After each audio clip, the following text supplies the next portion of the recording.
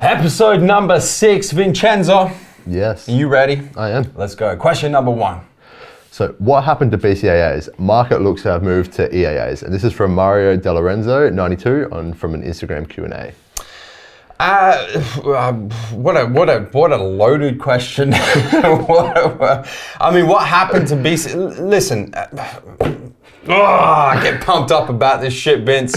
You need to start talking or else I'm going to just lose my shit. You want me to start with this? Yeah, go ahead. I mean, BCAAs are still out there. Pretty much most companies moved to EAAs based on, from what I saw, one study. And then EAAs started being pumped out. I mean, BCAAs are essentially a part of the EAA family. So they're still there, they're still being used. Yeah. A lot of companies now are still using that same dose of BCAAs and just adding more EAAs, reducing the serves and the prices up as well. But I mean, they're still there. Nothing's really changed with BCAAs, apart from people's thoughts. Let me jump in real quick, because the first thing that you mentioned, you're completely correct. There are 9 essential amino acids, right? So we have the full spectrum EAAs, there's 9 of them. 3 of those 9 are branched chain amino acids. So first and foremost, BCAAs are EAAs. They're 3 of the 9 essential amino acids. Secondly, once again, you were correct, the market moved to EAAs because there was a whole lot of industry hype, complete bullshit about EAAs being better for protein synthesis than BCAAs and being better for muscle recovery and all this, it was just complete shit. And there were a couple of studies, but there was one main one that, you know, came out and said that BCAAs, the effect of the study, the conclusion of the study was that BCAAs, when taken in isolation, were not as effective for muscle protein synthesis as the complete set of EAAs, of essential amino acids. Motherfucker, how many people are taking BCAAs in isolation without eating any other source of protein? Because you got to remember, guys, when you consume any source of protein, you get EAAs, you get essential amino acids. So the whole study was completely flawed from the start because the hypothesis was complete bullshit. By the time you get to supplementing with BCAAs, you've been in the fitness industry long enough to know enough about diet that you're consuming sufficient amounts of protein to make fucking gains. So the study, as you mentioned, was complete bullshit. So where are we at the moment? Yes, there are a lot of full spectrum EAA supplements which do contain branched chain amino acids, BCAAs, because BCAAs are 3 of the 9 EAAs. The problem is, to this date, nobody can tell me how many grams of EAAs and what ratio of EAAs you require to be sufficiently effective. No one can tell me. Someone tell you, Vince? I got no clue. Have you heard? No. What are the ratios of the EAAs? How much of each type of EAA do we need for it to be efficacious? No one can fucking tell us. No one has the answer to that. When we talk about BCAAs, we know it's at least 5 grams consumed intra-workout in a 2:1:1 ratio. And until somebody can be that specific with EAAs, I don't buy the bullshit. So I still use BCAAs. There you go. That's where it's at. Next question. Are you worried about the retail store landscape post-Rona and the ease of online shopping? From Ethan Derb from an Instagram Q&A as well. This is actually, for the viewers who perhaps don't know your background, Vince. Yeah. You tell us. So I came with MassiveJoes from a retail store manager position, started at casual up to manager, and I'm here now, which those retail stores, because of Rona, are now closed. So how long were you, because you're at MassiveJoes Seafood, how long were you there for? So I was casual from September 2016 till the start of 2018. Yep. And then from 2018 to 2019, I was a manager, and then came here, or not even the end of 2019, October 2019, moved to headquarters here. So you had around about 3 years retail shopfront experience. Yeah, and before that I did other retail stuff as well. Yeah. But I mean, seeing the changes in people's buying, I think there's always going to be that market for face-to-face retail. But I think it will change, And I think with that, the retail store concept and how things are being served and how they're being done are going to have to change with that, because a lot of people are turning to online shopping now as well, because it is so easy. They don't want to leave the house. If they haven't done it, they've now experienced it, realizing that people are shipping out next day, day before. Returns actually aren't that hard, which probably would have stopped a lot of people before. And people are putting in those kind of measures to make sure it's easier for people. So I wouldn't say worried about the retail store landscape, because I think if you are, then you're not changing your retail store to adapt to the new climate. I'm not worried, Vince. I'm excited about the retail store landscape post-Rona. A little bit of background to MassiveJoes. For those of you who don't know, I started this business as an online business. MassiveJoes.com was where it started before we had any retail stores. We got into retail stores in 2013, and between 2013 and 2018, opened 14 different retail stores. We moved a few, we closed a couple, so on and so forth. But from 2013 to 2018, in that 5-year period, there were 14 retail store locations under the MassiveJoes brand. But this business started online, so I'm not worried about it at all, because we are at our online retail is our bread and butter. Yeah. You know, it is woven into the fabric of this company. So from that perspective, there's no worry at all. I'm excited about the retail store landscape, because you're 100% correct. Yeah. It's really forced us, even in this business, to rethink what we're going to do with retail stores moving forward. Because I think the pandemic has really kind of accelerated what was already going to happen. You know, we saw in this country, you know, the online retail makes up between 5 and 7% of bricks and mortar retail. And now, you know, I read an article the other day, they're saying that post pandemic, it's gonna be like 15%. Which was going to happen anyway. It might have just happened over a few years, and now it's happened over a few months. So I think it's an acceleration of the inevitable.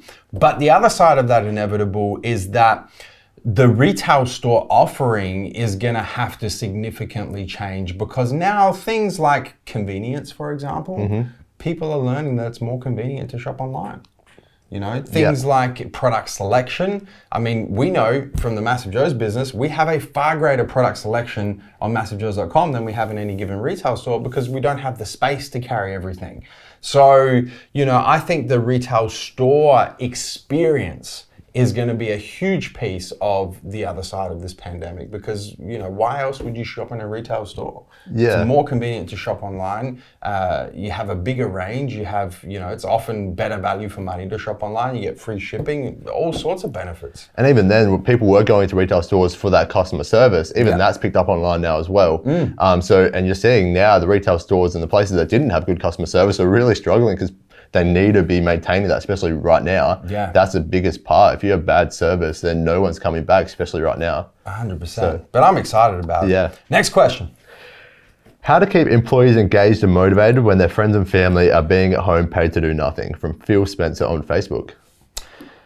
Look, this is pretty easy from a management perspective, Phil, is you set KPIs and you make sure the employees achieve them. You know what I mean? Like, you got a job to do where you're doing that job because of the lockdown, you know, doing it at home as opposed to in the office. You know, it is what it is, but the fact of the matter is the job has to get done. You know, how to keep your employees engaged and motivated, you set the tasks and you make sure that they're completing the tasks. I mean, coming from an employee standpoint, I do see kind of where this is coming from and how frustrating it can be, and experience it myself. And especially sometimes even being the only one here when everyone else is working from home. But I think you have to first like what you're doing, because that's going to want to make you coming back to your job. And if you're, as an employee, don't, then you might as well be at home doing nothing, trying to find something else. So that kind of keeps you motivated. And then knowing that the effort you're putting in now is going to reflect after everything, from those people who haven't put in effort, from sitting at home doing nothing, perhaps getting JobKeeper, the effort that you're putting in now is going to sustain your job when potentially there may be less jobs available in the sector that you're in. That's a really good point. I actually mentioned that in entitlement exposure in the Fitness Times Business podcast a couple of episodes back. I mentioned that in particular. That's more. I guess that's more of an internal motivator, though, right? Yeah, That's something that definitely. That's something that, from an employee standpoint, that I use myself to keep me motivated, not from kind of keeping other people. Yeah, but I guess from from Phil's perspective in a management position, perhaps communicating that to your employees is good as well. Exactly like what I did with the Entitlement Exposure podcast. Was just pointing out that, listen, after this period, once all of the economic stimulus is gone, the economy is going to be in a pretty bad shape. There's going to be less jobs. There's going to be more people competing for those jobs. So anything you can do as an employee right now to set yourself apart from the competition, to make yourself more valuable to your employer, to do whatever you can do, that on the other side of the pandemic period, when the economic stimulus dries up, you're at the top of the list to maintain your job, to keep your job. Yeah. I think that's a great way of looking at it. Next question. So, I've never taken greens, but I'm looking into it. When would you start to incorporate it? From Medium Mikey on an Instagram Q&A as well. Yeah, this is a good one. I think there's probably a couple of different ways that you can look at greens supplementation. The first one is if you're the sort of person that doesn't eat green vegetables. First and foremost, you're missing out on a lot of antioxidants, a lot of fiber, a lot of plant-based digestive enzymes, a whole range of bits and pieces that you really should be getting in your diet. So I think first and foremost, if you don't eat a sufficient amount of green vegetables, and when I say a sufficient amount, it's usually like 5 serves a day of green vegetables, which is effectively green vegetables with every meal for most people, then you should be supplementing with a green supplement. On the other hand, if you're someone like me who does eat a lot of green vegetables, I'm always eating fucking cucumbers and broccolis and this and that and whatever. The way that our vegetables are farmed these days is, regardless of whether we're consuming them or not, we are still missing out on a lot of those phytonutrients, micronutrients, vitamins, minerals, all of that shit that, if you're not eating completely organic vegetables, which to be honest, I don't, you're probably still missing out on those, so you should be supplementing with them anyway.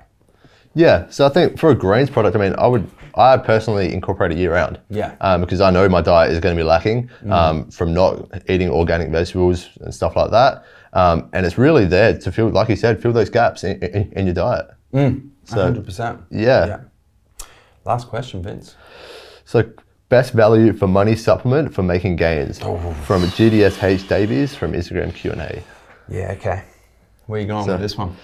Best value supplement, apart from your diet and stuff like that, if you were to add something else in, it's probably I would go for a creatine. I'm gonna agree with you, but I'm also gonna backpedal a little bit, because even though we don't really consider protein powder a supplement, it is it's a food supplement at the very basic levels. I think, Josh, if you were to do the maths and figure out how much it costs you per gram of protein, and we know protein is a building block of muscle, and it's what most people are deficient in. Most people consume enough carbs and fats throughout their diet. Protein in particular. And you were to say, okay, it's going to cost me number of dollars or number of cents per gram to get it from chicken breast, to get it from steak, to get it from plant-based sources, to get just compare all of the whole food sources, and then figure out how much it costs you per gram to get it from a good quality protein powder. 100% of the time, it's going to be better value for money getting it from that good quality protein powder. Because of that, I would say that the best value for money supplement for making gains, knowing that sufficient protein intake is a requirement for building lean muscle tissue, it's got to be protein powder. Now, I'm not saying get all of your protein from protein powder, because you're going to have all sorts of indigestion issues and gastrointestinal issues and so on and so forth. I say eat a broad range of protein. Eat your plant-based proteins, eat your animal-based proteins, get proteins from a whole different whole food sources. But if you actually sit down and do the maths, it's always going to be better value for money to get a sufficient amount of protein. I'm not saying all your protein, but let's say, I don't know, 25-30% of your protein from protein powder. Always. Do the maths. You'll be pleasantly surprised. Vince? That's it. That's it. That's a wrap for this episode 6 of The Clinical Dose. Guys, as always, don't forget to hit the subscribe button. Subscribe to the Massive Joes YouTube channel. Turn your post notifications on your mobile, your cell phone, and your desktop PC so you don't miss a beat when it comes to the Massive Joes YouTube channel. Vince, thank you very much. Another 5 questions. Good. Done, dusted, signed, sealed, delivered. Until next time, where are we coming to and from? MassiveJoes.com. Stay massive.